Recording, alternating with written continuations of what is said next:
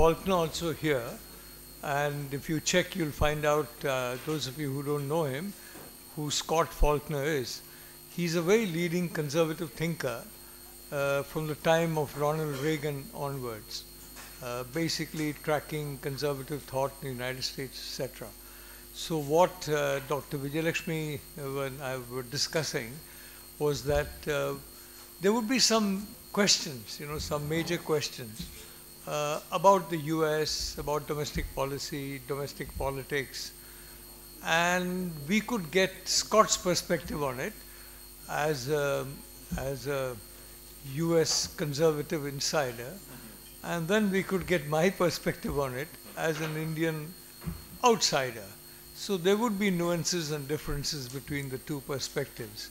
Although we are aligned in a broad sense, we have a lot of changes in our perspective, in nuances and all that. So it could be interesting for you to see the interplay between Scott's view and my view. And I think that was basically what Dr. Vijayalakshmi is looking at. So if that's okay, with everybody, I think we can go ahead. And the only question, Dr. Vijayalakshmi, is the kind of questions that you need to ask. Are we going to get the floor to ask the questions, or are you going to be some of the main trends of U.S. policy? Maybe, because some of them have just joined us. Correct. So maybe we'll just give you a brief outline. So I think we could get Dr. Vijayalakshmi to give a brief outline of the United States state of play in terms of their internal politics, the foreign policy as reflected in that internal politics, and the likely impact it's going to have on the rest of the world. Is that right? Okay. I was thinking I'm going to say that to him. Okay, it's been turned. But to just welcome you, first of all, Scott, it was such a pleasure and such a privilege to have you, and thank you, Professor Nalapat, and a big round of applause for our two speakers today. This is a department which looks at international politics, international relations, geopolitics, and keeps tracking every part of the world at all times, right? Whether it's day or night, we are quite, gadgets are literally child's play for them. So without more ado, let me just take 2 or 3 minutes, and Scott and Monu, I want you all to exchange, and then you all can ask questions, okay? So every presidential election, Scott, it's different, okay? Usually this isn't because notable changes have happened in American laws or any of that, but it is because American society itself changes, and whether it's in terms of technology, in terms of economics, values, beliefs, issues, and many other factors. So that's what is different, and all candidates have to navigate this change, and therefore the interesting part during the campaign is how powerful factors of both, say, interests and the general public, how do they mesh? There are some powerful interests which are invested in every election, and then there are voters, right? So now we are given to understand, and America publishes everything about itself, so we are very grateful for that. It's a very open democratic society.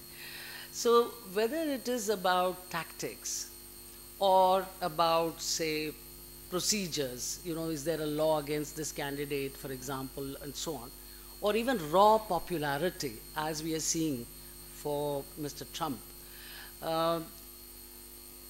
they are having to now, I believe, remake the rules of the game.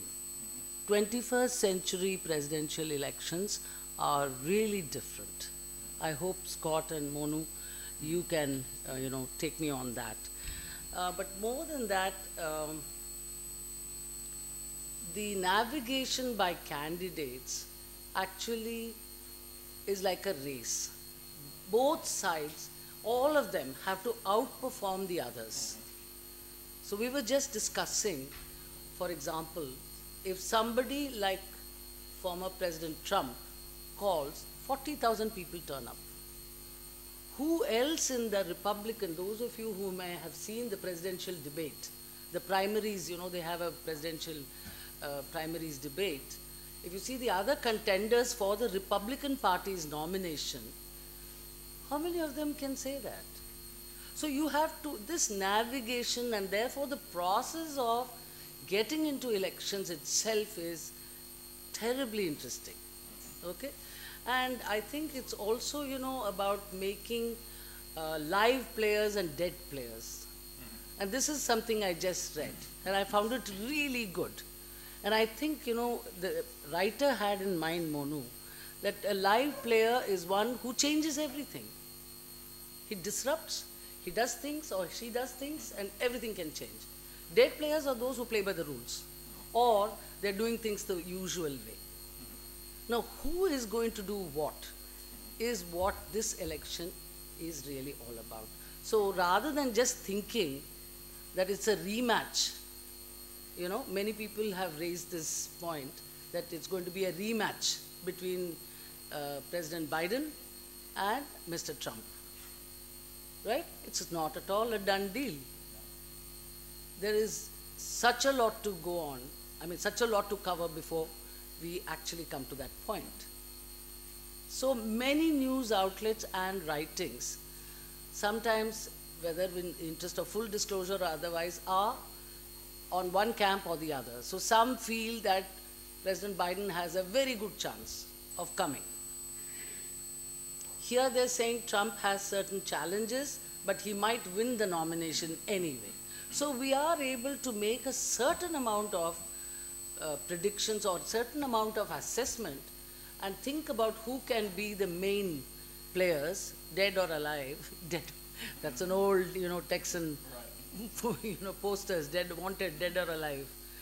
So I think the real issue here now is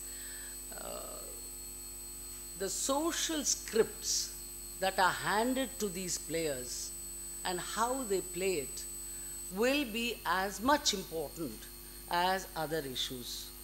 Okay, this is in general.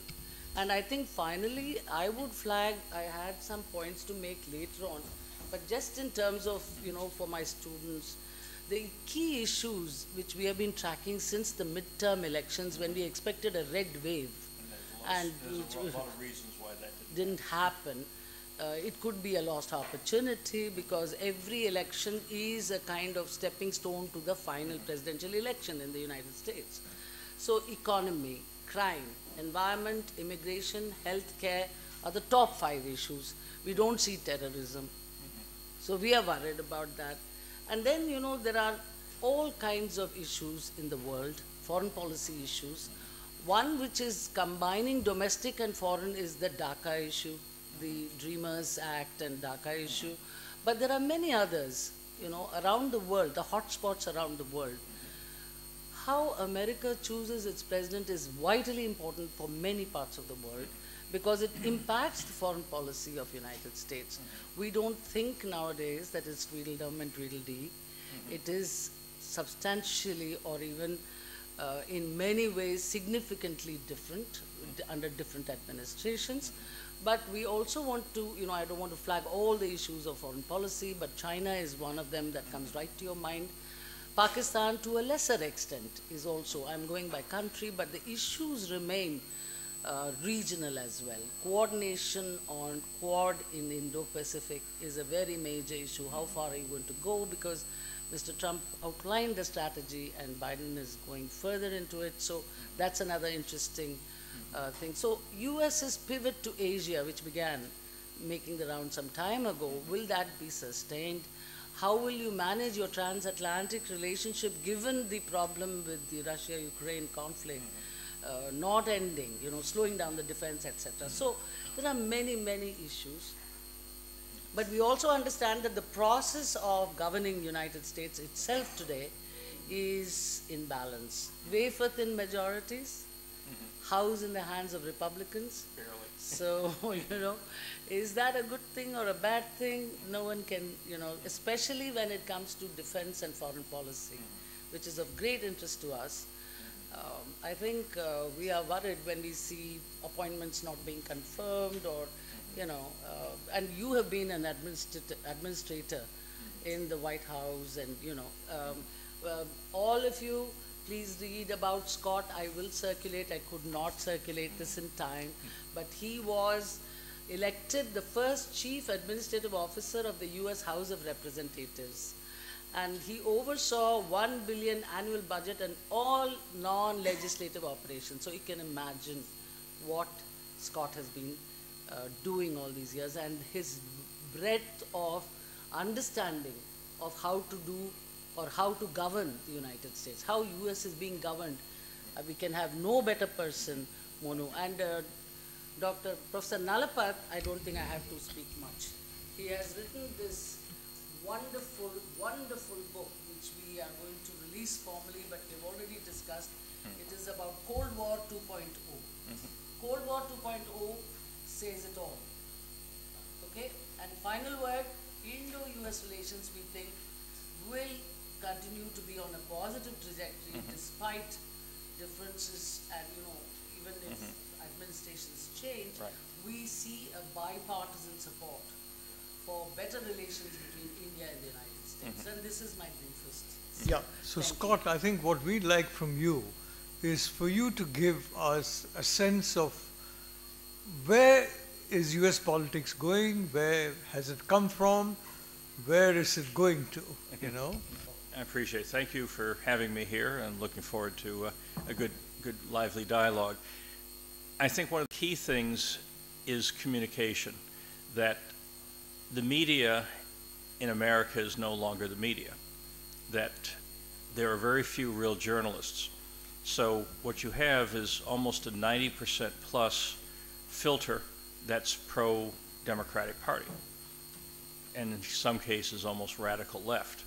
And that shapes a lot of reality. If you look at like Fox News, which is sort of the go-to place for conservatives in America, they are spending an incredible amount of time on the crime issues in facing our different cities. They're spending a lot of time on the border issues. They're spending a lot of time on Hunter Biden and Joe Biden and all the things that are coming out there. You go to any of the other media, ABC, CBS, NBC, Fox, you know, CNN, MSNBC, New York Times, Washington Post, all these, they literally are not talking about almost any of that. I mean, literally, when the information came out just a couple weeks ago about that Biden had several aliases and private servers and over 5,000 emails that relate to his son's businesses under these other aliases, except for Fox News, which made it a lead story, it was not reported in any other news outlet. So if you were watching all these other news outlets, you didn't even know it existed. It's kind of like the old adage in America, if, you know, if a tree falls in the woods and if there's no one around, do you even hear the noise? And so that's been a big issue, because you have then a low information voter that is not listening to both sides. Most people are very partisan in the way they absorb their news. So if you are a Democrat, all you're hearing about is that Trump is under indictment, he's going to go to jail, all of his people like former Mayor Giuliani and others are horrible people who put America at risk on January 6th, and are people who should be in jail now and are undermining American democracy. If you're a Fox News person, you're saying that you know, President Biden is a traitor. He's on the take of China, and is Ukraine and Russia and all these, and he should be in jail. So it's a very polarized environment, starting with who is getting their information from where. So that's, I mean, I can go on, but let's start with that whole. Well, all I can say is that it sounds familiar, and the way I look at it is it's part of the ambient noise of a democracy. But the question is the number of shock absorbers in a system. And if you have a number of shock absorbers, then you can stand a lot of shock. There was a perception back in the 1960s when the US was going through some pretty tough times, and you had Lyndon Johnson, you had the Vietnam War. At the same time, you had this immense effort to ensure justice, racial justice in the United States. I mean, so long after the Civil War, a certain very important segment of the population was still not being given representation and justice. But I think Lyndon Johnson played a very key role in that. And in the Vietnam War, I mean, you had this phenomenon of people from the so-called Ivy League universities. And they basically pushed for the Vietnam War. Earlier, they had pushed Truman to go and support France. To go and support the colonial interests wherever he found them, rather than the new countries that were developing. Later on, you had this problem in intervention in Iraq, in Libya, in Syria, all of which made the problem very much worse. You had 2011, the Arab Spring, which essentially created the danger of causing an extremist faction to come. I think we all know in 2017, the Bolshevik Party was not a very large party, but it was a very well-organized party. And we have, for example, Dr. Chari here in the audience, and he's an expert in this kind of political, what happens in politics. And a small, motivated group is able to impose its will in a situation where you have 3 or 4 much larger groups essentially fighting with each other, and who are a little confused about what they want or whom they want to do business with. So you have a small, motivated, focused group, and finally that group comes to the power. It happened in Egypt, for example. You had a very radical group led by the Muslim Brotherhood coming to power in what has long been a very moderate state. So, of course, it didn't last for too long, but so what I'm trying to say is that as far as the United States is concerned, Scott, the question is, are we just getting the ambient noise of a democracy, or has Xi Jinping finally succeeded? Because many years ago, some of us, some 3 years ago, 4 years ago, we started writing about the fact that the Chinese have entered into the chat rooms, they've entered into the into the information silos via the internet, and they are basically empowering the alternative fringes and reducing the space of the middle, and therefore making society, in a sense, unmanageable, ungovernable. And that effort has been going on for quite some time, and it's being tracked, but I mean, as of now, there's no sufficient antidote to it. We are seeing it happen in India as well, also a very large democracy, where we see a consistent effort by algorithms to push to the top the more extreme views, and to bury, much lower down, much more prevalent views which are much more moderate. So the question really is, Scott, the health of US democracy. How do you see that? I mean, how do you see that if you're examining it? Sure. I don't know how many people have ever played Jenga, where you have a tower. And when you think about what's happening in America right now, and it has been happening for quite a few years actually, is that America's strength was its federalism, its local focus on governance at county and town level, a strong sense of identity. Everyone saluted the flag, everyone sang the national anthem, everybody celebrated the 4th of July, and all those are kind of little pieces in that Jenga tower of a healthy civic culture.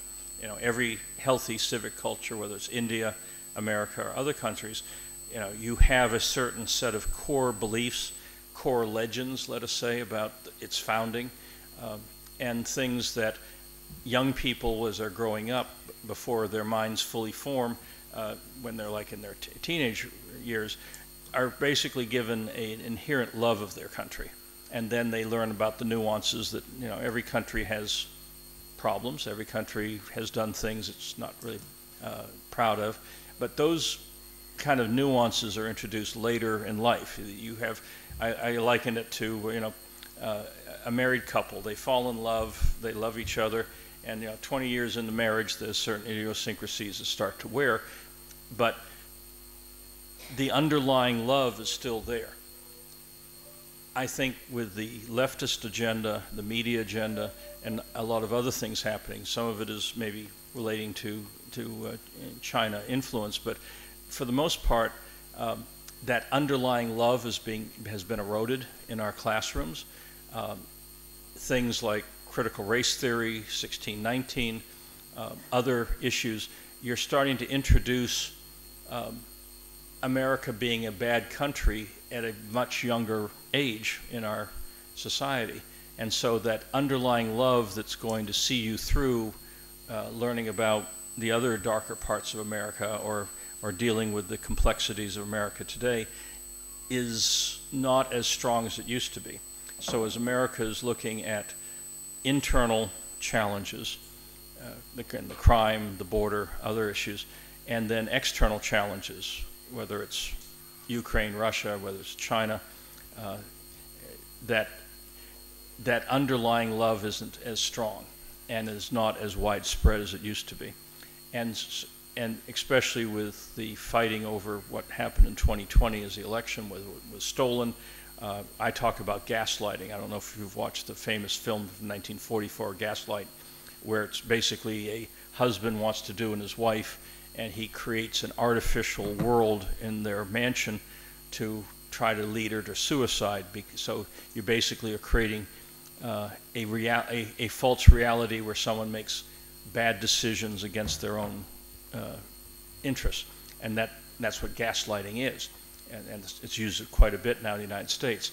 So that's what I think happened in 2020. I mean, you had literally 51 intelligence officers, you know, 3 weeks before the election of 2020, saying the Hunter laptop was a Russian counterintelligence, disinformation thing. Of course, just literally 2 days ago, Hunter Biden's attorneys filed criminal charges and civil charges in California, saying that they have violated the California criminal code regarding privacy of the laptop. So, you know, you can't say that your laptop is being violated and your privacy is being violated if up until then you were saying that it wasn't my laptop.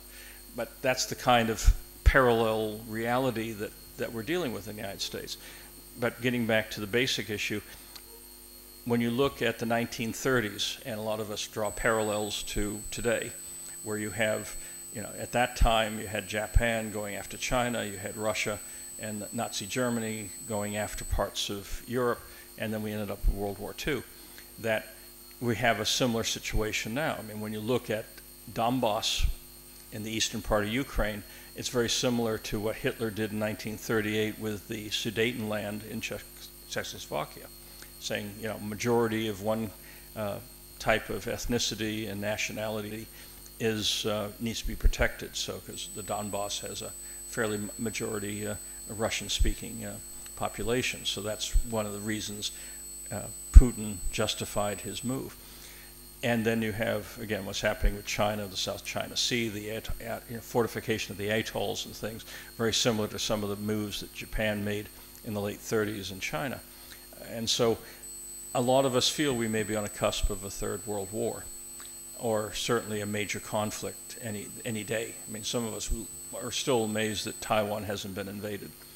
So you have that kind of dangerous thing, and yet the resiliency that America had, even at the height of the Depression in the 30s, the rallying together after Pearl Harbor, the even Lend-Lease and being kind of the arsenal for England and the nationalist Chinese and all before actually fully engaging Japan and Nazi Germany, just isn't there today.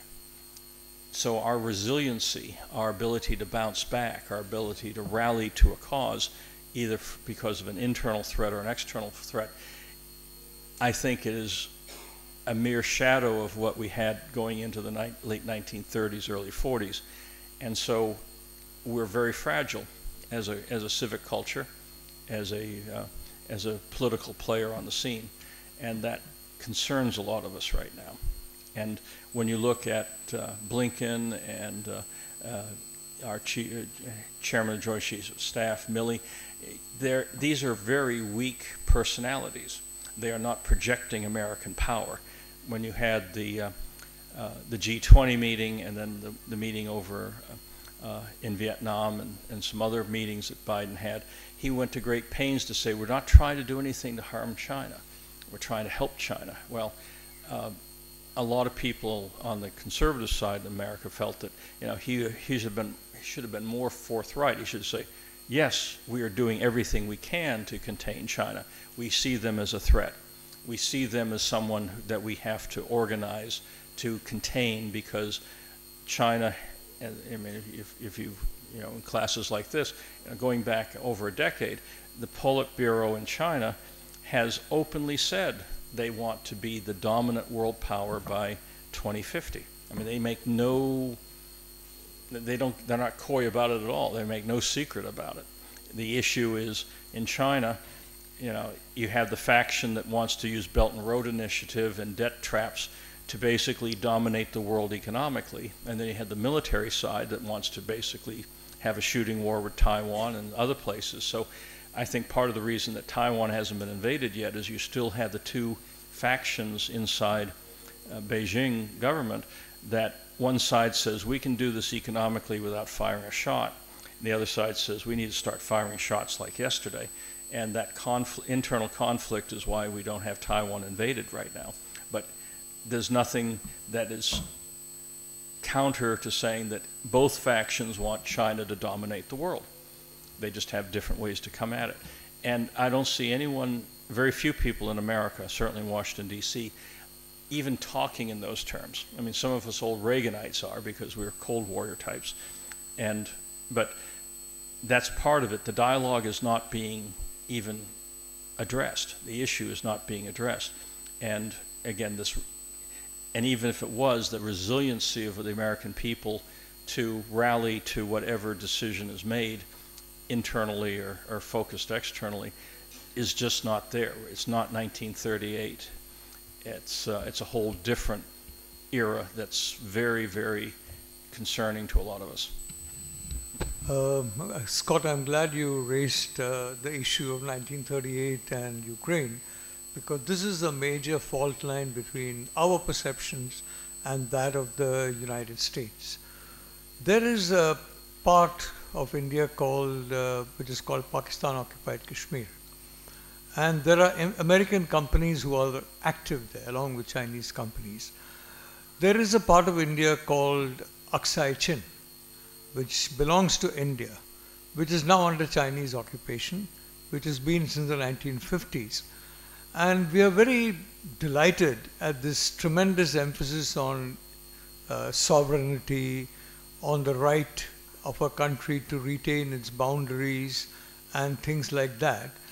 But the problem that we're having in this faraway corner of the world, you know, we're not on the other side of the Atlantic, unfortunately, we are right here in a continent called Asia, is that why on earth is the Chinese takeover of Aksai Chin or the Pakistan takeover of Pakistan-occupied Kashmir, where the world's certainly the most populous democracy is concerned, why is the takeover of the Donbass and Lugansk, etc., where incidentally, quite incidentally, in I think around 2014 or something, the guy who was the president of Ukraine, the elected chap, was removed, and someone who's pathologically anti-Russian society, culture, language, that group came to power, outlawed the Russian language, and reduced the Russian-speaking population to a second-class status.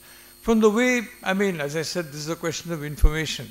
If you look at CNN, for example, or you look at New York Times or the Washington Post, they've all been as gung-ho about Ukraine in 1938 as as you have, and your perspective is not that of the Post and the New York Times in most cases. So the problem that we are facing is that we believe there's a clear double standard. That you are concerned about Ukraine. I'm not going to say it's racist. I don't think it's racist. But something in Europe, because it's happening to European people, it's somehow much more serious than if it were happening to people like, let's say, in Yemen, in Libya, in Iraq. Now you have millions of people starving in some parts of the world, millions. Millions of people who are in deep fear as a consequence of war taking place all over the world. The Ukrainian casualty figures are nowhere near a tenth of even the lower, the countries with the lower casualty figures. But the kind of fuss that we have seen about Ukraine, that Ukraine is central to Western civilization.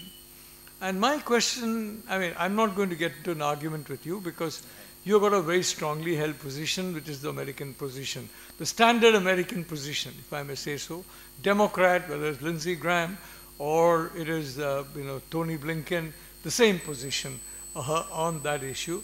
I have an issue, an Indian position, but I do want to say that, the people of Yemen, the people of Somalia, the people of Ethiopia, the people of Libya, the people of Pakistan-occupied Kashmir, the people of Aksai Chin, and I know the people of Aksai Chin, Buddhism has been completely eliminated there. I've gone to, some parts of the People's Republic of China, and I've gone to Buddhist temples there, and the head monk is actually a cadre. He's been transferred as agricultural commissioner in some province in China to the head monk of a Buddhist shrine, and from head monk, if he does very well in his monkish and spiritual duties, he will go back possibly to being, industrial commissioner in a bigger province. But I'm not very sure that that is the right way of of being a spiritual leader. I'm not very sure. The Communist Party is the best training ground for spiritualism or not, but I don't see a single Chinese Communist Party leader being sanctioned by Europe or the United States. None, nobody. I don't see any of these Pakistani generals who are, and Indians have basically tired themselves out giving dossier after dossier after dossier, almost all of which, by the way, land up in Pakistani hands. So they try and locate how we got the information, and whomever they suspect, that person goes to heaven. I presume that person goes to heaven and not the other place. But all I'm saying, Scott, is that frankly, we have a perception in parts of the world, Asia, Africa, South America, that somehow all the West seems to be concerned about is Europe. But if Ukraine was so important, how come the West did not collapse when Ukraine was part of the Soviet Union? If I'm not mistaken, 80% of the time that the Soviet Union existed, the General Secretary of the Communist Party of the Soviet Union was Ukrainian. Whether it was, Khrushchev, or whether it was any number of people. Gorbachev was not, he was a Russian. But barring Gorbachev, practically almost everybody, and Stalin, of course, he was a Georgian, they were all Ukrainians. And Ukraine was very much an integrated part of the Soviet Union. Why didn't France and Britain and Germany and the United States melt down and collapse? Because this country, which is so essential to the Western identity and Western security, was in the grip of that evil empire, the Soviet Union. So we seem to think that you chaps are stuck in the past. And frankly, you're talking about 1938. We have somebody else who we think is more like Hitler. And he's not Vladimir Putin. the head of a country, which is, I think, God, I mean, the 11th or 12th or 15th or 16th or 18th, I don't know, what kind of an economy in the world, but a much more powerful head of a country that's much more powerful economically, that's much more powerful in terms of their technology, and that frankly is escaped without any sanctions at all. So I know that it's, you know, I mean, we can't all be, you know, Ivy League people, the same Ivy League people that led us into the Vietnam War and that led us into, you know, so many other wars that led us into the Ukraine war, in which Ukraine is the center of the universe, and you've got to protect the center of the universe. But we're not smart enough to understand just why Ukraine is so much more important than Libya, than Yemen, than Somalia, than so many, Afghanistan. I mean, you know, we are talking of Afghanistan, and the fact is that particular instrument to surrender at Doha was signed not by Joe Biden. It was signed by the Secretary of State, if I'm not mistaken, of President Trump. And he signed it. And it was a disgrace. And now, and some of us said, it is a disgrace and this is what's going to happen to Afghanistan. And the Americans told us, no, this is the new reformed Taliban. Of course, the good news is that some of us pointed out that there are 6 Taliban, 2 tied to Pakistan, 1 China, and 3 free Taliban.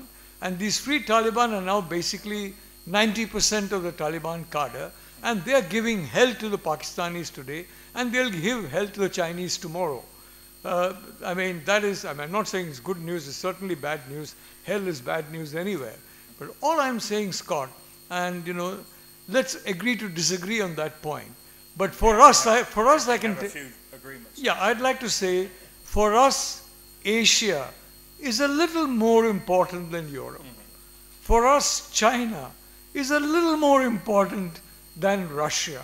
And quite frankly, we like Vivek Ramaswamy and we like Donald Trump, because both of them are saying the first thing they do is to try and get Russia on the side of the US and India and the democracies and away from that wonderful country that's never been sanctioned, for which the United States is paying out $600 to $700 billion of surplus every year.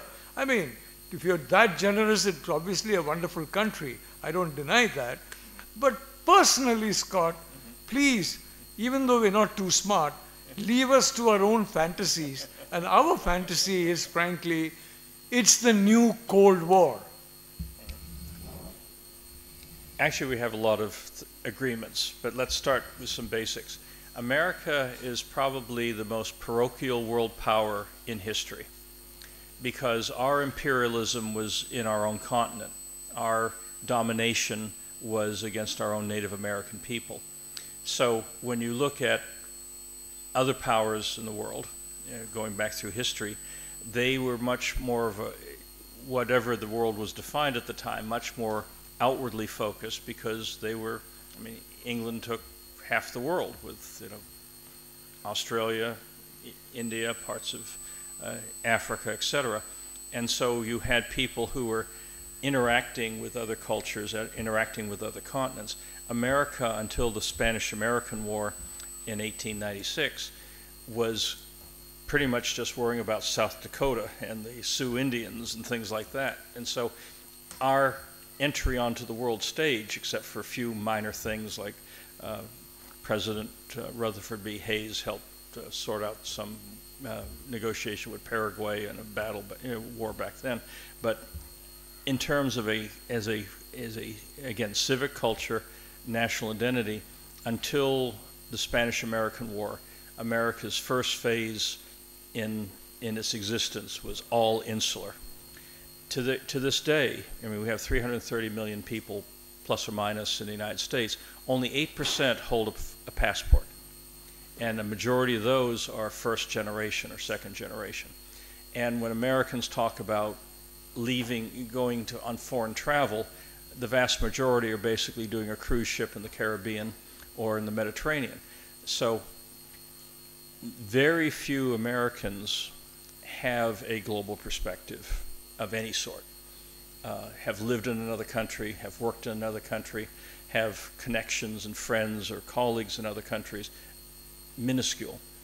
And I think that's part of where that's shaped our worldview to this day. So phase one of America was basically this insular world, and up till 1896. From there until the fall of the Berlin Wall, America was a major power player in the world. You know, we helped win World War I, World War II, and obviously the Cold War. And what happened was when the Berlin Wall fell, America did not have a third act. There was no consensus of a strategic epilogue to the defeat of the Soviet Empire and the Soviet Union. And so that's part of the issue. America has always been more reactive in the world. I mean, we did a few things with Hitler in Japan, but until Pearl Harbor, we didn't really rev up. In the case of World War I, it really wasn't until the Zimmerman telegram that said that Germany was going to try to get Mexico to invade Texas that finally triggered Wilson to come into the war. It wasn't the Lusitania. That happened 2 years earlier. And so this reactive sense and parochial sense of America has really had America in a sense of drift since basically the early 90s. And you had the Islamic problem with 2001, with 9/11 that just happened, our anniversary, and that was very reactive and very poorly done. You know, we bungled our entry and occupation of Afghanistan. We certainly bungled its getting out of Afghanistan. We should not have gone into Iraq at all. That's a whole nother discussion.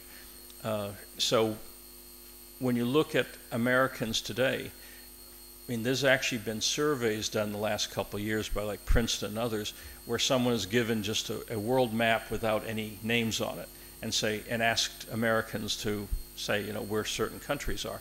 And 40% of Americans couldn't even find Canada. And that's our northern neighbor. So when you start to show a map of the world without any markings, you know, where's India, where's Afghanistan, where's Yemen, where's even China? A lot of Americans don't know because they're not being taught geography anymore or world history that well, but also because of our parochialism, they don't care. And so we're steered by the media. And so I totally agree with Professor Nalapat that, you know, the media is also, besides being biased, it's lazy. It's a lot easier and a lot more desirable for a reporter to report from London than from Kashmir. And so that's a big problem. That America, I mean, it's unique right now in America that two of our more viable presidential candidates on the Republican side are Indian American. Because you've got Nikki Haley and, of course, Vivek. And that's, you know, literally unheard of, that to all of a sudden have these two people on the stage who both have a good shot at the nomination, depending on what happens to Trump. So it's, but America is, because of that insularity, that parochialism, it gets steered by things such as, you know, Ukraine is more important than China. I mean, a lot of us, again, us meaning the old Reagan people who did focus on a more global view, we've been sounding the alarm bell about China for years. I mean, when the first atoll was militarized in the South China Sea, a lot of us, our heads were literally exploding that America did not take immediate action on sanctions or even immediate military action to retake that atoll and prevent those atolls, and I guess about a dozen now in the South China Sea, that have been fully militarized. And the satellite photos are showing more being built every day, and we do nothing about it. So it's just it's disconcerting for those of us who do have a much broader view. So actually, again, Professor Nalapat and myself have a lot more in common about the China threat, about the fact that America and Americans do not think as globally as they should. I mean, we are we're probably still playing checkers, and everyone else is playing not even chess but Go. Much more complex. I mean, a lot of us. One of the books that sits right next to my desk is at home is Sun Tzu, and a lot of Americans have never heard of Sun Tzu, which is why they lost in Vietnam, because the Chinese and the Vietnamese were implementing Sun Tzu, and so that's another piece of it. Our strategic dogma that's being taught in our military schools, being taught in classrooms like this and universities. They're not thinking those ways. We have this, again, it may not be racism, but there's a certain Eurocentrism that, they'll read Clausewitz but not Sun Tzu. That the relatability, again, a few of us, I mean, I've lived on 4 continents. I went to undergraduate in Europe. Obviously, I lived in America. I was head of Peace Corps in Malawi, Africa, and I had a major client engagement in Australia. So I'm rare. Very few Americans, even those that go on the cruise ship, have ever read a newspaper where the only article about America is on the back page. So think about that. That's a big reality check. When you pick up the Times of India, which showed up in my hotel room every morning now, and the American news is buried many pages in, and it's very small. Most Americans, that would be so jarring, because they just can't think in those terms, that a lot of things happen in the world without the U.S. around the table. And America should recognize that those kinds of major countries like India need to be around these tables. Afghanistan, the negotiation in Doha, they should have been around the table. I could spend the rest of the night just talking about all the screw-ups in Afghanistan, because when the Soviet Union invaded Afghanistan, Senators Paula Hawkins, Hayakawa, Congressman Ritter, and myself founded Committee for a Free Afghanistan. We were the ones that first ran the guns into the Mujahideen. Mostly we were working with Northern Alliance, which was more pro-West. I mean, we did all this long before Charlie Wilson's war stuff.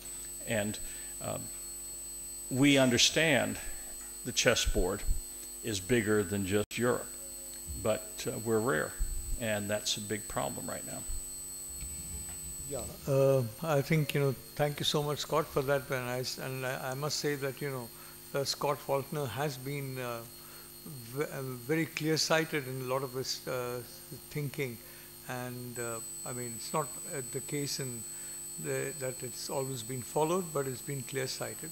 As far as Afghanistan is concerned, Scott, from our point of view, in the Pashtun community, you had 2 groups of Pashtuns. You had the patriotic Pashtuns, and you had the radical Pashtuns.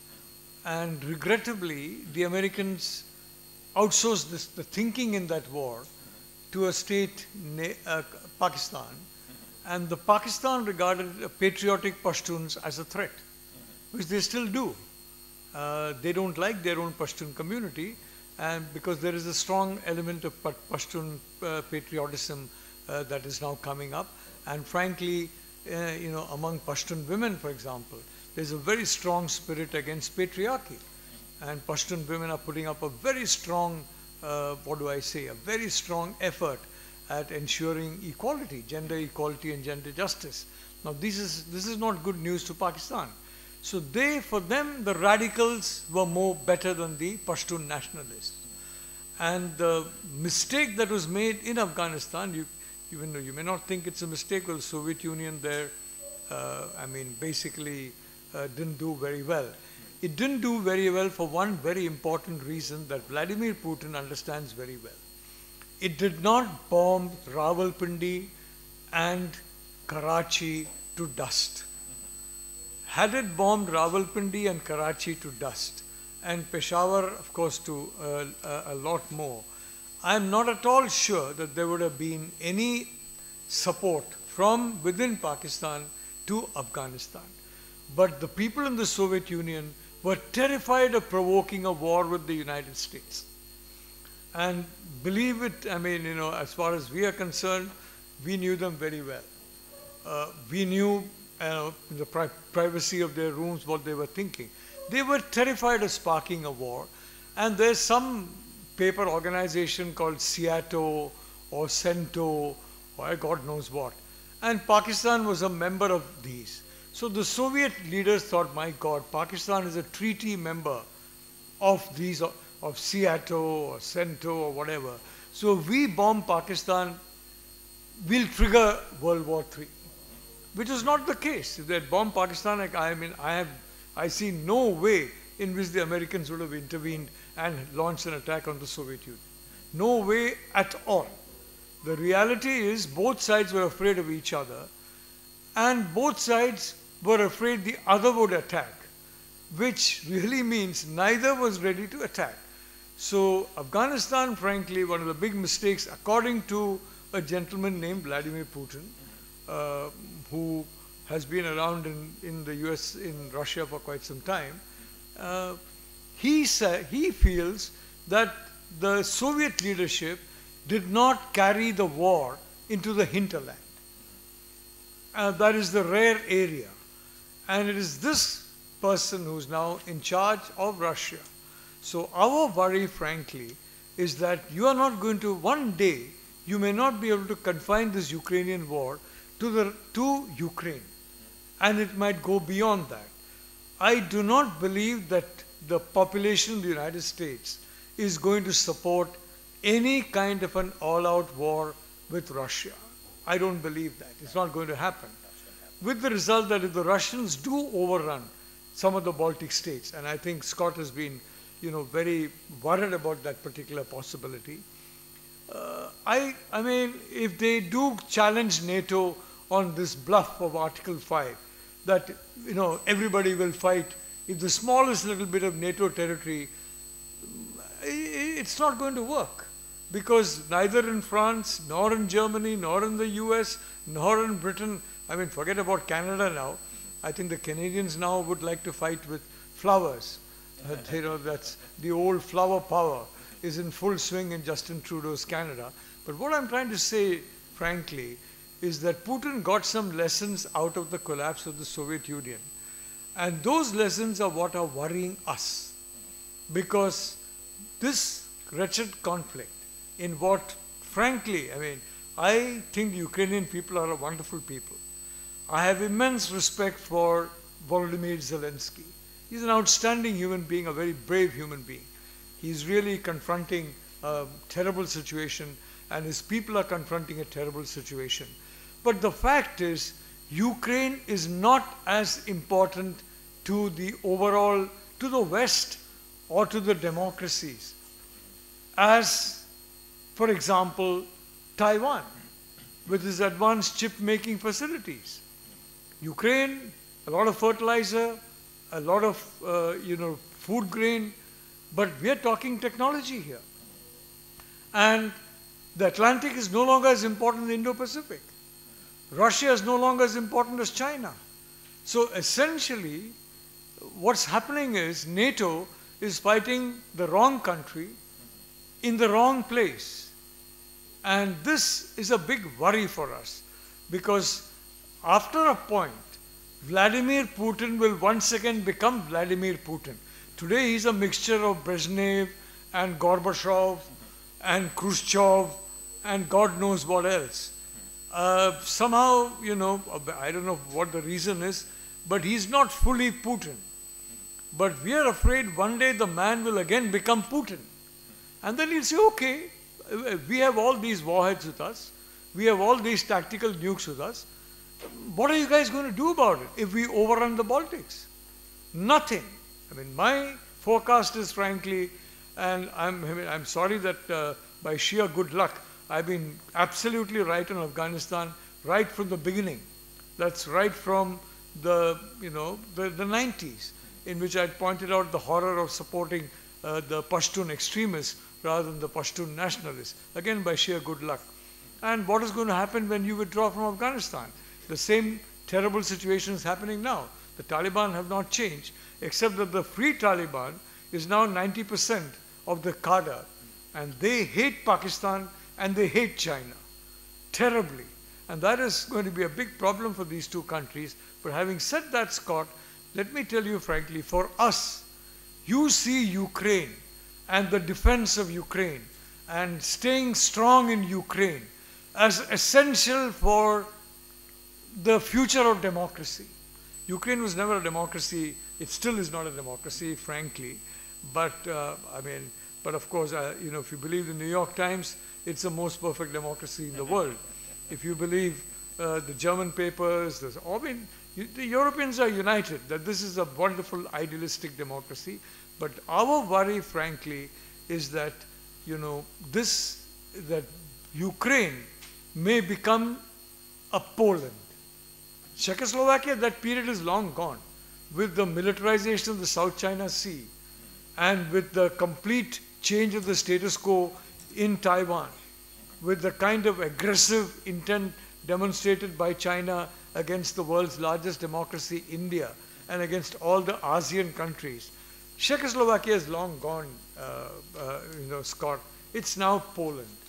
And our worry, frankly, is that we don't, it's nearing Poland, let's put it that way.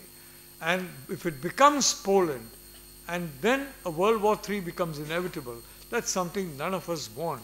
So the difficulty we are facing is that we believe the opposite.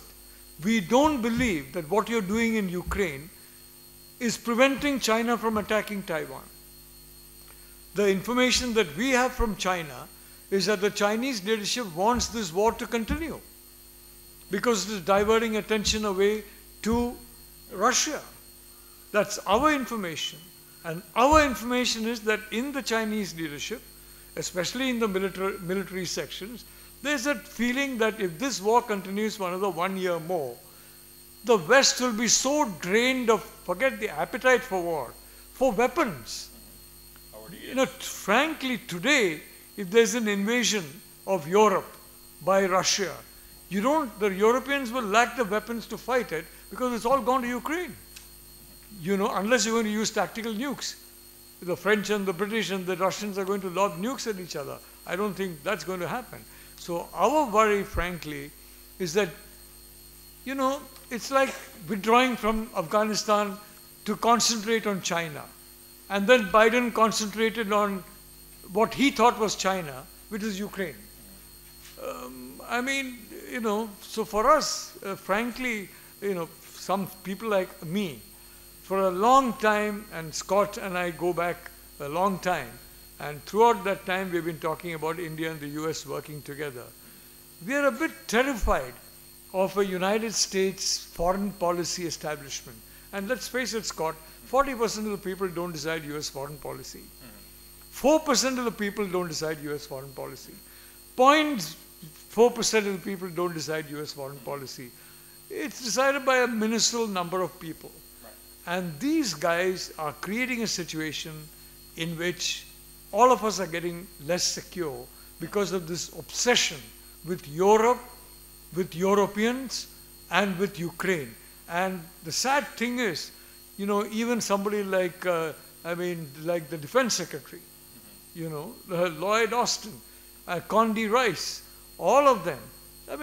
They're all basically for every, and Colin Powell is a significant example of that. It's Europe.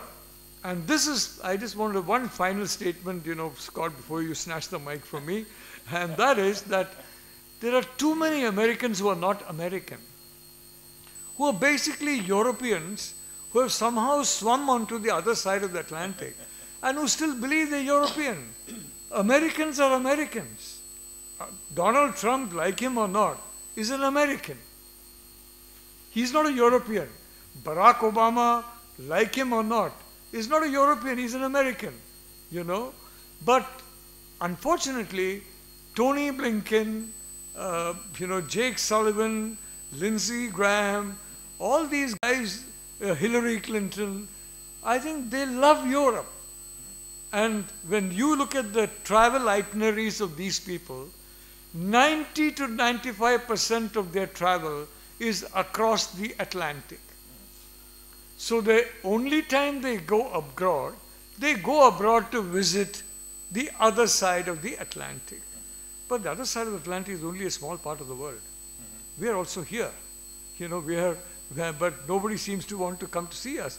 Joe Biden has finally come after all these years, and we are deeply grateful to him. Bill Clinton came at the very end when he was pushed into coming to India, and after he failed in making us denuclearized, giving away Kashmir, and making us helpless. Clinton tried very hard for 7.5 years to destroy India, and when he couldn't do it, he said, okay, let me go and charm the Indian people, and we are lovely people. We looked at Bill Clinton, he was dancing around, he was singing around, we liked him. We forgot the last 7.5 years. But what I want to say, Scott, frankly, is, for heaven's sake, you know, we are very focused on the present danger, on present reality. And we seem to, I mean, somehow some of us have got the impression that you guys are stuck in the past for whatever reason. And when I hear Scott Faulkner, one of the best brains that I've ever known, frankly, tell us about 1938, that Ukraine is Czechoslovakia, frankly, you know, I'm terrified, Scott. I like to say that we're so far down the wrong rabbit hole that almost any action is a bad one. And I think that's really where America finds itself right now. That, again, we should not have gotten out of Afghanistan. We certainly should not have given up the Bagram air base, one of the largest air base in all of Central Asia. We should not, I mean, China's now in there. They'll probably take over Bagram easily. I said some of us certainly do feel that China's the threat. I mean, we've got the threat. I mean, to me, the fact that the Senator Feinstein's driver for 20 years was a Chinese agent, and that made maybe a one-day story in America, or Congressman Swalwell, who basically was an obscure California legislator and ended up one day as the chair of the Foreign Intelligence Committee in the Congress, and all through that rise his mistress was a Chinese agent. Again, was about a one-day story. Fox News, they made more of it, but these kind of issues are there. I mean, when you look at a lot of us, especially during the Reagan years, were very strong on the Monroe Doctrine, and China is making a joke of it. I mean, they are financing projects all throughout Latin America. They're building an alternative to the Panama Canal, and on the Panama Canal, they're building their third bridge across the canal. They are everywhere in this hemisphere, in our hemisphere, and no one is invoking the Monroe Doctrine at all. And so, you know, I'm totally in agreement with Professor Nalapat regarding that China is the main focus. But part of where we differ a bit is that China is looking at the chessboard or the go board and saying, okay, Ukraine is a test case. If Russia can get away with Ukraine without too much of a bloody nose, then maybe we can do the same to Taiwan. And so some of us it isn't a case of that Ukraine, you know, do or die. It's more a case of, is it one of these things of a test case where saying, okay, you know, the old Lenin proverb of push till you hit iron, that right now Russia is hitting jello, and China is hitting water, not even jello, in the way it's expanding on Belt and Road and the atolls in the South Pacific, etc. So, you know, like nature abhors a vacuum, it also senses weakness and a vacuum politically. And so we have a very weak government. I think that most people in the world see Biden as a enfeebled. I mean, my mother had dementia for 8 years, and watching her slide, I'm an only child, I would say Biden is a good 5 to 6 years into her decline in the way he moves, the way he talks, the way he thinks. And that's scary, because to have the last time we had that weak a president was Woodrow Wilson. And that was only in the final really year and a half of his second term. And America was pretty much a dominant power without hardly any competitor at that point after World War I. And with the dangers now, we have a totally enfeebled president. We have a Secretary of Defense who's a joke, a Secretary of State who's a joke, National Security Council person who's a joke. And I think the world knows that. China knows that. And so they're going to keep pushing and pushing and pushing. And what scares myself and a lot of the true conservatives, not the Trump conservatives, because there's a difference, is that unless we get a Nikki Haley or somebody who has foreign policy experience and has a backbone, even if the Republicans manage to retake the White House, we will not have the strength of conviction, the strength of skill, and as I talked earlier about the unity of purpose, or even a strategic vision to counter what's not only coming but is already here. Trump, a lot of us supported him because we felt when we saw Hillary, possibly the nominee in 2016, we felt that Trump would bring a flamethrower to a knife fight. And that was really what was needed to take on Hillary and defeat her. But he was a very flawed candidate, very flawed human being, and it comes out every day. And so we're back into the trap that all the indictments against him make him a martyr within the core of Republican voters, but makes him radioactive in the core of independent and less dedicated Republican voters. So we could end up with a nominee who then gets crushed in the general election. And then the question is, will Biden survive either mentally or physically to even be on the ballot a year from now? Is Trump's legal problems and political problems outside of his core supporters fatal to him? So we could literally, everyone's talking about a rematch, we potentially could have neither one on the ballot come this time next year for various reasons. And then we're back to, are we going to have Newsom? One of the issues there is that nobody likes Kamala Harris. She's even a bigger joke than the rest of the Biden administration. But Biden picked her because he wanted a black woman. Again, this issue of demographics trumps everything else, which has become especially an obsession on the Democrat side in America. So if you get rid of her and put in a white male, a whole part of the Democratic Party is going to go ballistic. So there's a lot of rumors about Michelle Obama coming in. The reason that the National Democratic Convention is going to be in Chicago, which is Obama's home turf. Usually political parties in America, when they have their national conventions, which in the past used to mean something, now they're basically just 4 days of structured infomercials. But they put that infomercial physically in a state that is in play. Illinois hasn't been in play for years. So why put the National Convention of the Democrats in Chicago? A lot of people felt that the fix has been in for a while. And if you look beyond the incompetent layer of that I mentioned in the Biden administration, his White House and second-tier people are all Obama alumni. So it's really the third Obama term anyway. So why not just put an Obama back in place? Plus, against Trump, against any of the Republicans currently in play, DeSantis, the rest, Michelle is a media darling.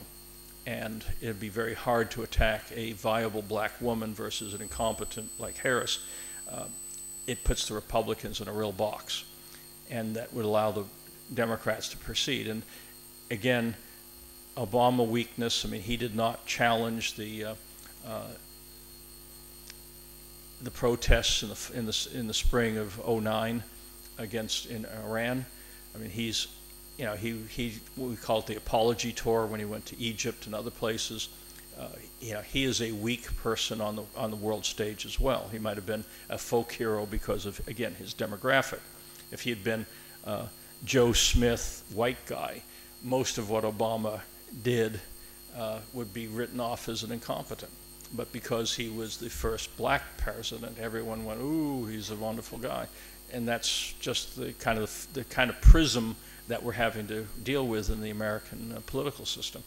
So it's a real mess.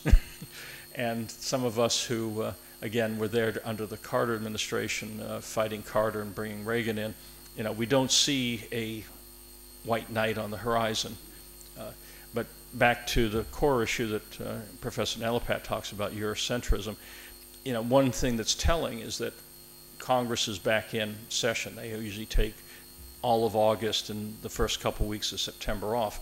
And many members of Congress, besides going back to their home district to campaign and work with their constituents, they go on what we call CODELs, congressional delegations, to other countries. And several CODELs went to Japan and Taiwan, but the vast majority went to Europe. So once again, the Eurocentrism, which I totally agree, works against America because there's a much bigger chessboard. There's 210 plus countries out there, and America tends to, most American intelligentsia, media, and political people and financial people, focus on the European Union and England, and that's myopic. And of course the other piece to it, those that do focus on Asia, from especially the business side, are in the pockets of China. They're whether it's an iPhone or other things, they're all being made in China. I mean, 80% of the underlying drugs in American prescriptions are from China. No worries. Nice to have some theme song here, whatever. But but anyway, so the decoupling of China from the American economy should be a priority, and it's not. The case isn't being made effectively, and what cases are being made aren't being implemented effectively. And so, China is 20 moves ahead of us, and the question is going to be, is anything going to turn that around? Does a new Trump administration, does a Nikki Haley administration, does a Vivek administration, does a DeSantis administration change that trajectory in a significant enough way, the way that Reagan's trajectory changed the decline of America under Carter? I have some friends who are optimistic. I'm not, and that's a real problem. Pardon me, but I think I'm optimistic, because I think you have a long way to go. About a year before the election takes place, and a lot can happen in a year. And some pretty consequential elections are going to take place. You're going to have one in India, you're going to have one in Taiwan, you're going to have one in in the United States as well. But I quite agree with you that as far as Trump is concerned, I'm not sure that he would be a viable candidate in winning an election. You're quite right about that. As far as Biden is concerned, personally, my personal view is that if he had announced in day one of the White House that he's only going to be a one-term president, Hunter Biden would not be hunted like this. The Biden family would not be under this kind of prosecutorial thing. I think Biden made 2 or 3 big mistakes. The first mistake was not to do what Donald Trump did. As you correctly said, a lot of policies of Trump he has adopted. Donald Trump ignored Hillary Clinton. Donald Trump is the chap who said, lock her up. In any Donald Trump, and you don't need to go to the United States if you've got access to YouTube. And you hear these chants, lock her up, lock her up, lock her up, lock her up. And Trump would say, yeah, I'm going to do it. Well, he didn't bother about her. He didn't do anything about Hillary Clinton. And Hillary Clinton simply disappeared. Joe Biden, what is that chap's name, the Attorney General, Merrick Garland. Now, Merrick Garland has got a bone to pick with Trump, because he would have been Supreme Court Justice Merrick Garland, but for Trump. So definitely, I'm sure Merrick Garland is a very fair chap who's completely objective, who doesn't allow personal feelings at all. But if he were a normal human being, he would definitely be against Trump. Because otherwise he would have been a Supreme Court judge now.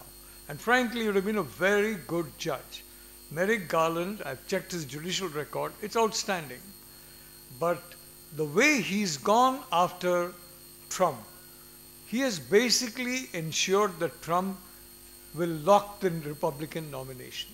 And I'm not sure that the US public is going to turn away from him, you know, as much as, I mean, I think there's a very good chance, if he's in jail, for example, or if he's under terrific threat of jail or something, I have a feeling that if he becomes the nominee, he may even win the election again. Because you have this, you know, you have a sympathy factor. Martyrdom factor. Exactly, exactly. And that, I think Biden has done the worst possible thing for himself by going after Trump in a way that Trump did not do with Hillary Clinton. And I don't know why he's done it, but that, I think, has opened the door to his own Calvary, the attack on Biden. And in my personal view, before the year is out, I think Biden will be unviable as a candidate, mainly because if the Republicans retain control of the House, which, I mean, you know, and the Republicans are there, and in any case, there's enough now about Hunter Biden's laptop and all that. In my personal view, I'd be very surprised if it's Biden. I'd be less surprised if it were Trump. But I would again, in my personal view, there's a good chance it may not even be Trump. Because Trump's main trump card is Biden. If you take Biden away from the equation, Trump is much less attractive. You know, a rematch, as Dr. Vijayalakshmi is saying, is attractive. But if you take one side away from the rematch, then there's no rematch. And no Biden, only Trump, I have a feeling that you're going to find a new candidate. I'm not sure it's going to be Nikki Haley. I mean, although I agree, in my personal view, she's an outstanding candidate. Absolutely, there's no question about it. You know, for some odd reason, I like Vivek Ramaswamy and Nikki Haley. I don't know why. You know, I absolutely have no, out of all these candidates, these two candidates I like a lot, frankly. But I mean, but forget that. I mean, one doesn't know why one likes somebody or doesn't like somebody. But in any case, look, in my view, I'll be surprised if there's a rematch. But my worry is in this 1 year, a lot of things could happen. Now, if you recall, Scott, we discussed this, and Dr. Vijayalakshmi will certainly recall that when a gentleman called Qin Gang suddenly disappeared from the foreign ministry in China, everybody stood up and said, Xi Jinping has put his foot down. And when many military people suddenly disappeared, Xi Jinping has put his foot down. And I mean, I have a few sources in China, a few, not too many, and they inform me, sorry, this is completely wrong. Xi Jinping is the loser in this. Because the new guy, Wang Yi, is a party man. And if you track Wang Yi's record, he's loyal to the party.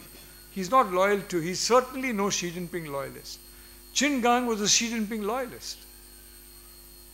Complete loyalist. He was a creation of Xi Jinping.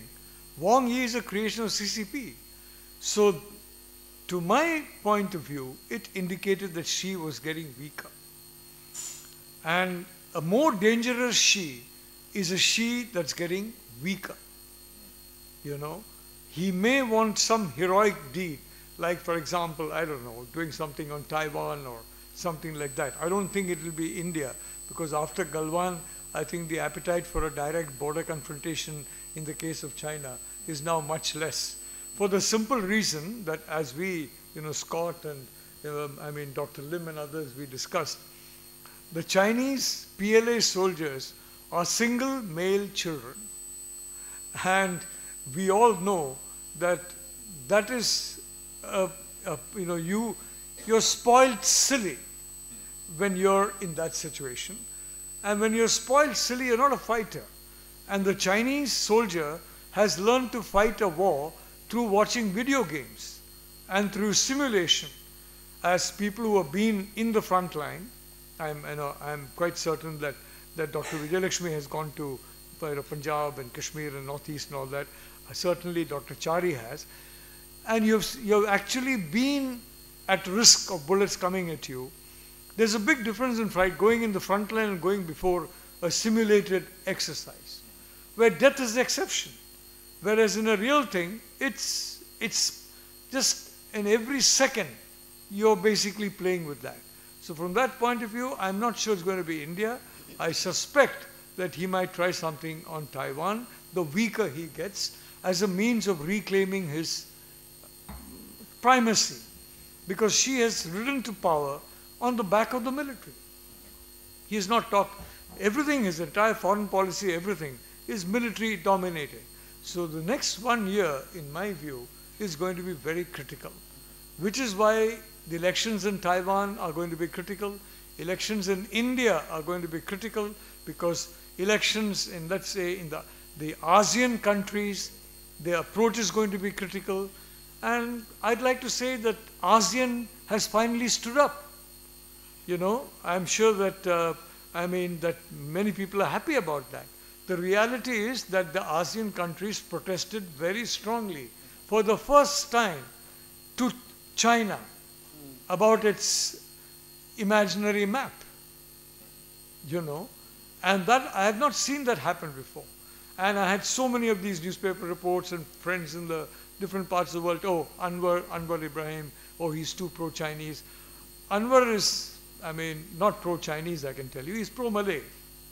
He's pro-Malaysia. He's not pro-Chinese. That much I can tell you. And Joko Widodo is not pro-Chinese. He's pro-Indonesian.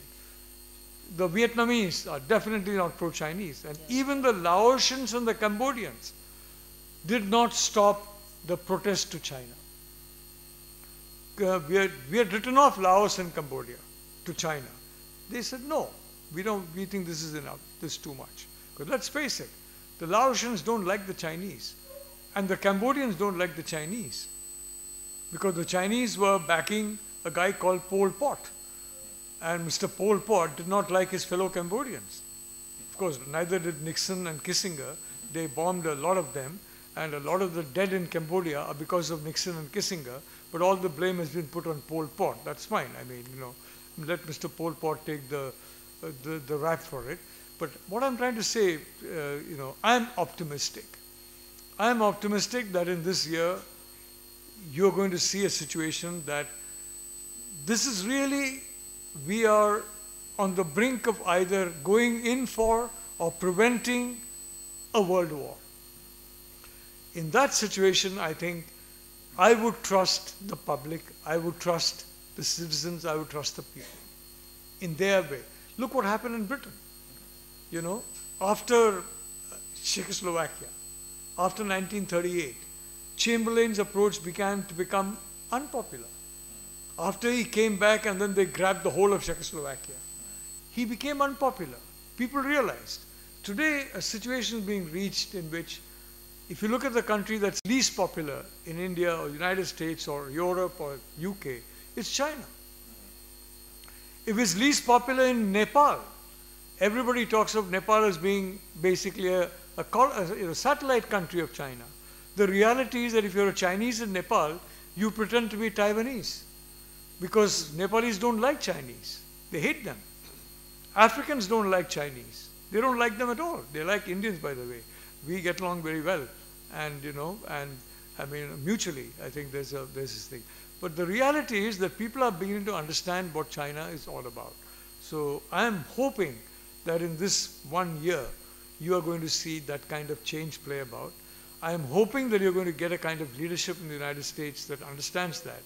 And as far as Nikki Haley is concerned, the candidate who Scott is going to vote for, if she were nominated, of course. I like the fact that she's absolutely out front in a channel called CNN. That is, it's not, China News Network. It's cable news network, but it sometimes looks like the China News Network. She said openly, for me, China is the enemy, and she's right. So I'm quite optimistic about the wisdom of people in general. I'm quite optimistic about about the people and the way they react. And I think you are going to see in the next 1 year some kind of a reaction, because in my way of thinking, the prospect of a war is any time between this year and 2027. The prospect of preventing a war is ensuring that we have a deterrent system in place before that period. And Scott, I want you to, to conclude this by talking about India and the United States. Why it's so important that our two countries should come together. And we got the head of the department, Dr. Vijayalakshmi, who's absolutely convinced of that and who's been, frankly, hugely influential in the kind of interpersonal diplomacy that takes place between India and the US. But we'd like your expert viewpoint on this essentiality. Thank you very much. Clearly the two largest democracies in the world are India and the United States. There's a natural bonding that should be taking place. And you have a vibrant, again, we have two Republican candidates who are Indian American on the Republican side this time around. And I think that's a reflection that, you have a large Asian impact in America. You have a large Indian impact in America. And again, we're back to the parochialism. Americans, again, many of them probably couldn't find India on a map. And that needs to change. A number of us have been trying to work with Australia, Japan, within the United States as well, to strengthen the Quad. The whole concept that there are 4 viable countries that have a freedom-loving people, an open, free market economy, trade relationships, as well as a military strategic relationships, that the Quad is an important player. And again, most people in America have never heard of the Quad. So we have a lot of work ahead of us, the education, the communication. But I think that when you look at this region and looking at radical Islam, that India has obviously been, with the Mumbai hotel attack a number of years ago, you've had your own kind of 9/11 with that we have a lot in common in terms of wanting to confront radicalism, extremism, zealotness, fanaticism, and we have a lot in common in terms of wanting to defend a free and open society and a area where somebody can, if they have the wherewithal, the creativity, the drive, can make a wonderful life for themselves, can become wealthy, can be impactful.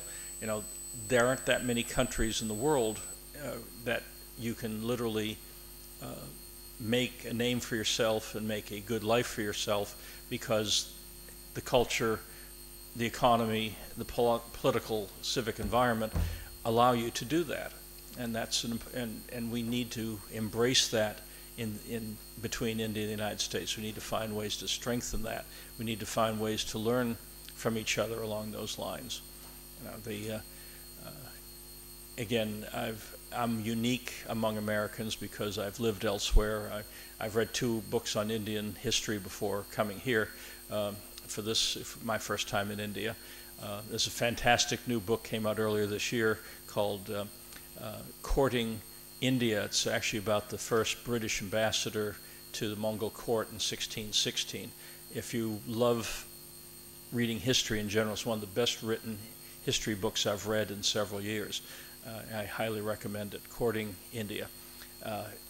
And obviously there's cultural differences, different history and different histories, but the underlying values of a civic culture is what allows us to transcend language, ethnicity, national boundaries, and look for that common ground for the common good.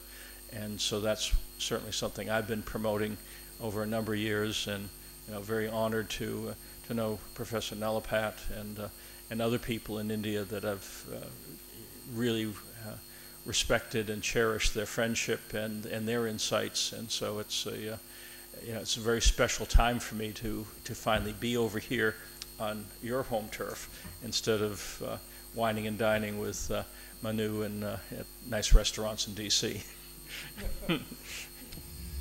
Thank you very much, Scott. I think you have got a fair idea of the fact that we agree in everything, and we show that by disagreeing on almost everything. But that's what two democracies do in a large context. What Scott and I are doing is exactly what India and the US do. And I think we have seen the result in this in the G20 communique, in the Delhi Declaration, where you had the United States, Russia, China, the EU countries, Great Britain, all of them signing on to the Delhi Declaration. And I can assure you that, because partnership is a question of adjustment. It's a question of not getting everything that you want. And when you have a country that is basically looking at getting everything that it wants, it becomes a predator. And a predator is a danger.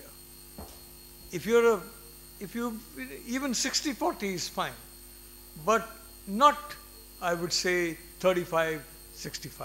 60-40, up at most 60-40, but otherwise 50-50, but definitely not below that. But the point is that our relationship between India and the United States has matured to the level at which we can discuss matters like Ukraine, on which we differ, and come to an agreement on matters in the eastern, in the eastern reaches of the Pacific, which may or may not be, I don't know, in the newspapers, but it doesn't matter, because the way I look at it, or the way somebody else would look at it. For example, Taiwan. Let's say you have blockade of Taiwan by China. And that is met by an immediate blockade of China right from Europe into Korea. That entire sea route gets blockaded. It's very easy to blockade China. There are 3 or 4 navies who can do it very easily. And if that were to happen, the Chinese would very soon either collapse as an economy or unblock themselves from Taiwan. So I do believe that solutions are possible. I am certain, Dr. Chari is an insider, I am an outsider, so we don't know what exactly is going on inside the inner councils of power, but I'm sure that serious discussions are going on scenarios and on basically what needs to be done in the event of, let's say, a choking of a fellow democracy. So these are happening, and the United States is there, and if I may speak on defense of President Biden, he put an outstanding performance in the G20. President Biden was very instrumental in leaning on certain European countries. I'm not going to name them, not Italy, by the way. One European country whose language we are very familiar with. I'm not going to name that country. And another European country that one of our academic staff had spent about a year in and has recently returned. I'm not going to name that country. But these countries were fairly obstinate that, we have to tell these Indians that it's Ukraine and we can't go along with the Russians. Let me tell you that I don't know about President Biden's whatever, the psychology of whatever it is, but President Biden played a very key role in ensuring that the Europeans played along with the consensus. He was instrumental in that consensus. And a very important part of the reason is the very warm personal relationship that President Biden has established with a gentleman named Narendra Modi, who just happens to be the Prime Minister of India. Now, there's another gentleman that I'm not sure President Biden is very fond of, a chap called Vladimir Putin.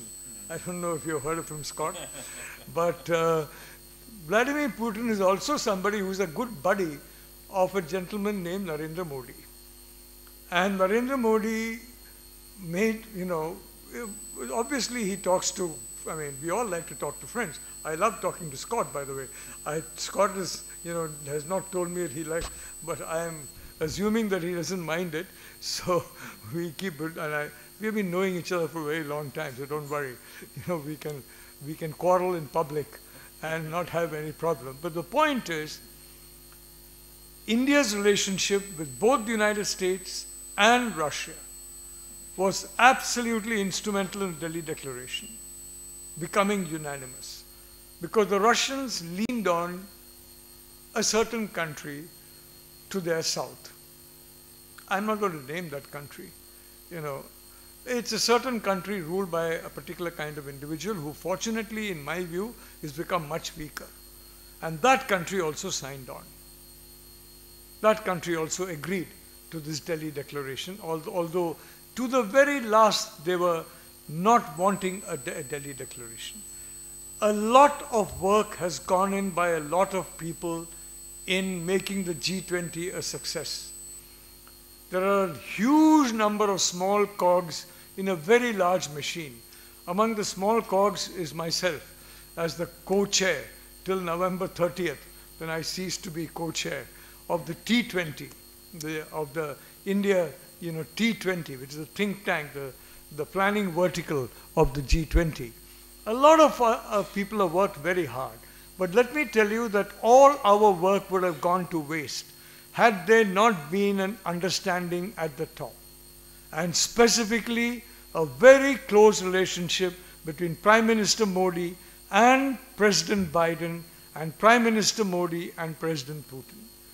This was instrumental in ensuring that consensus. Yes, we can all give each other, all of us, credit. A lot of people have contributed. A lot of people have been there. But eventually, let's face it, in a major international effort like this, where there was an effort by certain countries to sabotage the whole thing, the understanding at the summit matters. And in my view, having seen Prime Minister Modi be the best friends of Barack Obama, the best friends of Donald Trump, the best friend of Joe Biden, I am very certain that the Indian leader and the American leader will be good friends for the simple reason why Scott and I understand that our divergences are superficial. Because fundamentally, our fundamental interests as the two largest democracies in the world are aligned. I wanted you to hear Scott, and because to get an American perspective, and Scott is, from that point of view, he's a very well-known conservative scholar, and it's very likely that his brand of conservatism may once again take over the White House in the next election. But having said that, let me again add that I personally am full of appreciation for the role played by President Biden and President Putin in ensuring this unanimity of this in the Delhi Declaration. I am also very appreciative of their mutual friend. And I'm not going to name that mutual friend because that mutual friend's name is very well known in India. But he has that close relationship with both of them. Just as, some of us have a close relationship with individuals who hate each other. I have a very good relationship with someone who hates someone whom I have a good relationship with, whom I respect deeply. But it doesn't affect my relationship with either of them, for a simple reason that, differences are normal in a democracy. And you anticipate that. So I think it's a tribute, frankly, it's a tribute to the democracies, it's a tribute to common sense, and it's a tribute, most of all, if I may say so, to our country, because there was a very intense effort to see the Indian G20 chairmanship fail, and that effort completely failed. And in the process, the whole world, I think, won. And in that process, I would like to say, Scott, pardon me once again for doing so. I hope you're not going to stop walking with me over the next 2 or 3 days that are going to be here. But I would like to congratulate the President of the United States for having leaned on two particular countries. Again, I'm not going to name them, but one country whose language is pretty popular in India, and another country which is a very nice country. I mean, the national capital of that country is a wonderful place. It's a little more woke than Canada, but barring, I mean, it's a wonderful place. But these two countries were brought into line by President Biden. And I think that is something we're thankful. And President Putin brought somebody else into line. And that somebody else was not very happy about the Delhi Declaration being unanimous, but Vladimir Putin brought him into line. So I think, you know, I'm all for Donald Trump, and I'm all for Vivek Ramaswamy. Let's try and get the Russians on board, and let's try and get them on our side, like you guys were smart enough, and I hand that to Nixon and Kissinger, to get the Chinese on board when the Soviet Union was the main threat. Today there's a new main threat. Let's get the Russians on board. Thank you, Scott. Questions? No. It's a bit late. So I am going to wrap it up. Okay, then let's go ahead then. We are going to wrap up very quickly, but thank you both. I think it was a very scintillating conversation. So